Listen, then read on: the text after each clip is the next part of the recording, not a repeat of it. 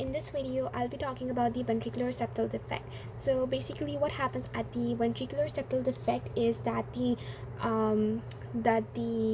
septum, I should say the septum or the opening between the both ventricles, they fails to close, that this opening do not close. So what happens is the basic mechanism is that deoxygenated blood enters the right atrium, and then from the right atrium, first I should tell you about the physiology. Deoxygenated blood from the right atrium enters the right ventricle, and then it should go back to the lungs through the pulmonary artery. Now in case of the pathogenesis, if we talk about from the pulmonary artery it gets back to the left atrium, then to the left ventricle, and then it supplies to the rest of the body through this aorta. But what happens in the ventricular septal defect, that is the VSD, is when deoxygenated blood enters the right atrium, it moves to the right ventricle and then back to the lungs. But when it comes back to the left atrium, here what happens is from the left ventricle it goes down to the left atrium, it goes down to the left ventricle, and from this side, due to the, as you know, it moves from high pressure to the lower pressure. So because of the higher pressure at the ventricle and lower pressure at the right ventricle, blood moves from the left ventricle to the right ventricle through this septum, through this open septum. This means that again the oxygenated blood is having a second tour to the lungs.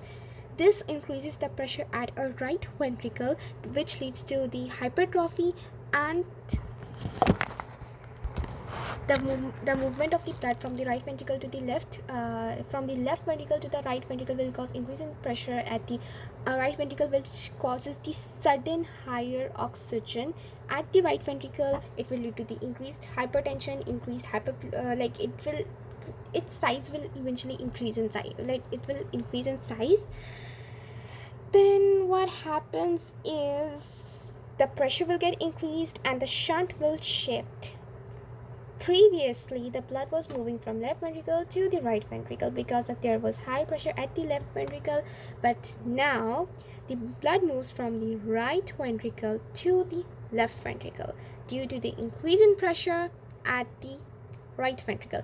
This is known as the right to left shunt. Previously it was left to right shunt, and this change in shunt is known as the Eisenmenger's syndrome. Here it is known as the Eisenmenger's syndrome.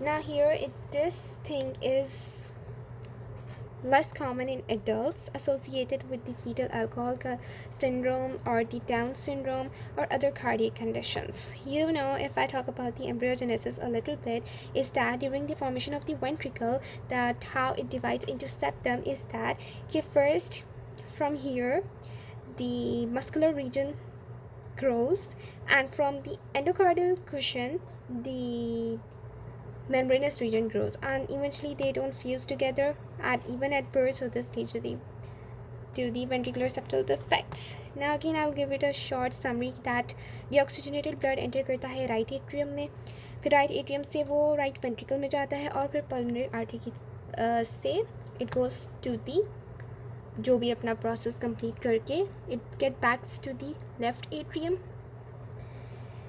and now from left atrium it moves to the left ventricle. Due to the high pressure at the left ventricle, blood moves from left ventricle back to the right ventricle.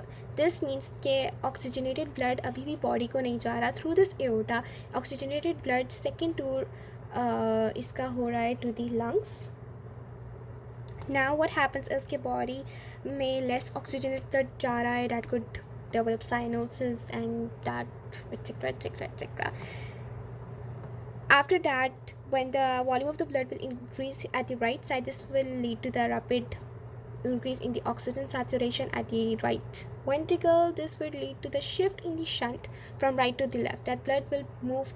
Now the pressure is highest at the right ventricle, so the blood will move back to the left ventricle.